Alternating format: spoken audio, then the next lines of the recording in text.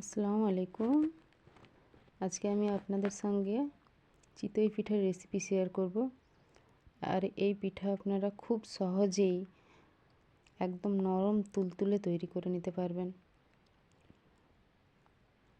দেখুন পিঠাটা খুবই সুন্দর হয়েছিল এবং খুব সহজেই তৈরি করে নিতে পারবেন। তার জন্য দেখুন আমি রাত্রিবেলা চালটা ভিজিয়ে রেখেছিলাম। এটা নর্মাল যে ভাত রান্না করি সেই চাল সারা রাত ভিজিয়ে রেখেছিলাম। এবার সকালে আমি চালটা বেটে নিচ্ছি।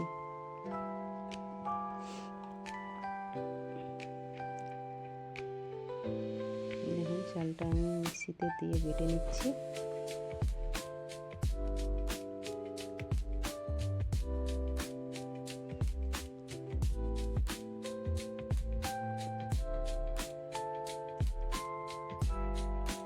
সামান্য জল দিয়ে চালটা বেটে নেব। আর এতে অল্প আমি ভাত অ্যাড করেছি, দেখেছেন প্রায় 2 টেবিল চামচের মতো ভাত অ্যাড করেছি। যে নর্মাল ভাত আমাদের খায় রাত্রিবেলা থেকে গিয়েছিল সেটাই আমি অ্যাড করেছি এখানে।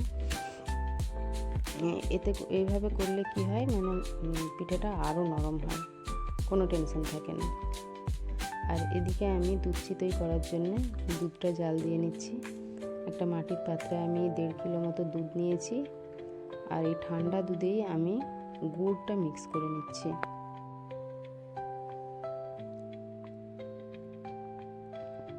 ভালো করে গুড়টা মিক্স করে নিচ্ছি। গুড়টা মিক্স করা হয়ে গেলে এতে আমি দিয়ে দিচ্ছি 2টো এলাচ থেতো করে, আর দেবো সামান্য একটু লবণ, অল্প পরিমাণে, জাস্ট মিষ্টিটা ব্যালেন্স করার জন্য।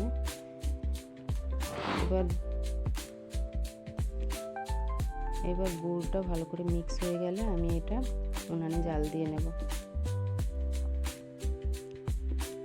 দুধটাকে আমি ভালো করে স্টার করে উনানে ফুটিয়ে নেব।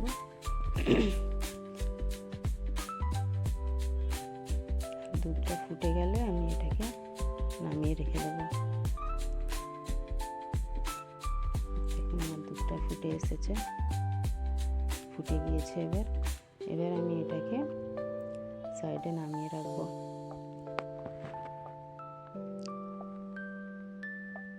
আমি চাপা দিয়ে রেখে দিচ্ছি। এবার আমি আসলাম চিতই পিঠা তৈরির প্রসেসে। দেখুন আমি এখানে চালটা বেটে রেখেছিলাম, আমি এবার ব্যাটারটা রেডি করে নিচ্ছি। ব্যাটারটা রেডি করার জন্য জাস্ট এতে লবণ দেব আর জল দিয়ে মিক্স করব। নর্মাল ঠান্ডা জল, কোনো গরম জল লাগবে না। ঠান্ডা জল দিয়ে ভালো করে মিক্স করে নিতে হবে।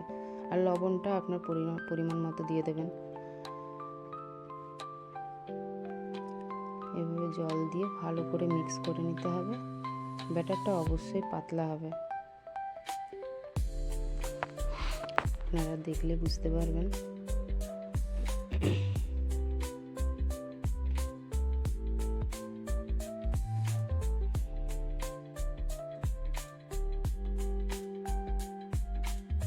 ব্যাটারটা ঠিক এইরকম হবে।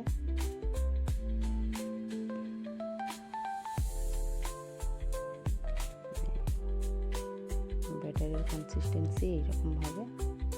আর এতে এবার আমি ছোট ছোট করে নারকেল কুচি করে মিক্স করে নিচ্ছি। আপনারা কোরা নারকেলও দিতে পারেন, তবে আমার কাছে এই ছোট ছোট করে কুচি করা নারকেলটাই বেশি ভালো লাগে।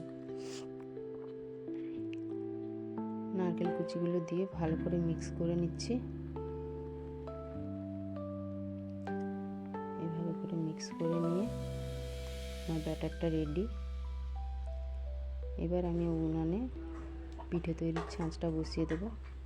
আমি এটা আগেই আপনাদের কাছে শেয়ার করেছিলাম, আমি এটা কিনে এনেছি কালকেই।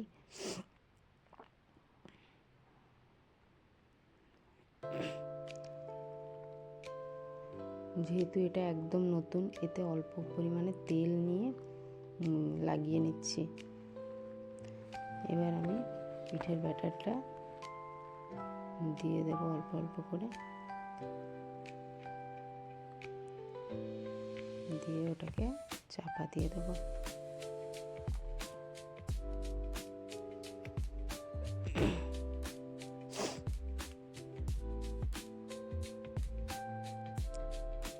বেশ কিছুক্ষণ পরে দেখবো পিঠেটা হয়ে গেছে।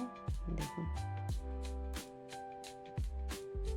যেহেতু প্রথম করছি তো একটু নিচে লেগে যাচ্ছে, কিন্তু পরের দিকে দেখলাম যে একদম কোনো অসুবিধা হয়নি, তেলও দিতে হয়নি, নিজেই সুন্দরভাবে উঠে যাচ্ছিল।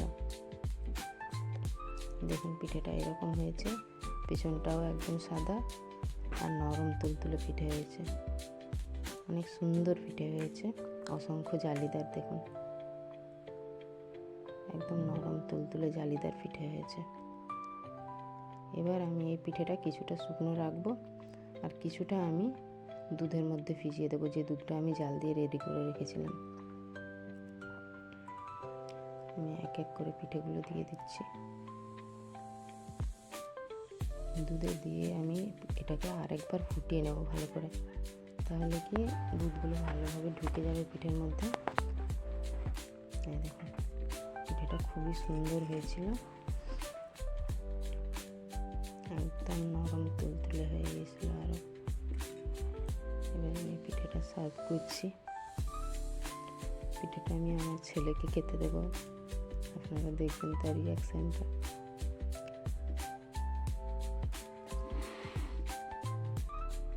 দেখুন নিজে থেকেই ভেঙে যাচ্ছে, এত নরম হয়েছে, দারুণ সুন্দর হয়েছিল পিঠেটা। আপনারা যদি এভাবে করেন, কোনো ঝামেলা ছাড়াই পিঠেটা সুন্দর তৈরি হয়ে যাবে। আর নারকেল কুচিটা দেওয়া অপশনাল, আপনারা পছন্দ করলে দেবেন, না হলে না।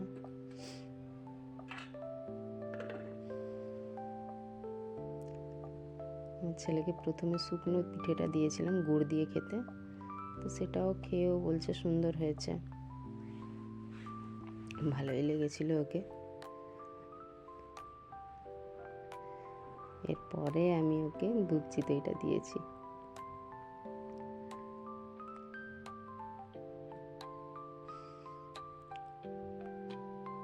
এটাকেও খাচ্ছে এবার।